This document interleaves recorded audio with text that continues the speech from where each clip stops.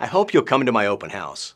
Watch my video, but this is a property you'll want to see in person. Located at the cusp of Doctors Pass and the Gulf of Mexico, the Indies West Complex is a unique location to enjoy all that Naples waterfront has to offer. Situated on 6 acres of pristine beachfront land in the moorings south of Doctors Pass, this community was built as a vision and villa-style living.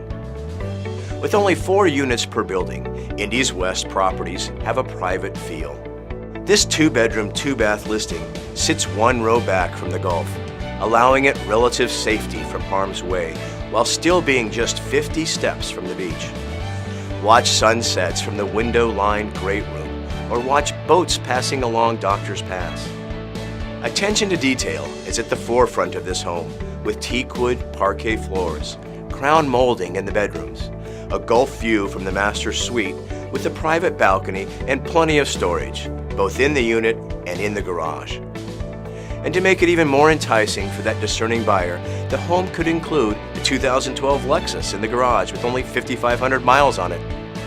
Call me for more details on this property or any listings in the moorings or Park Shore.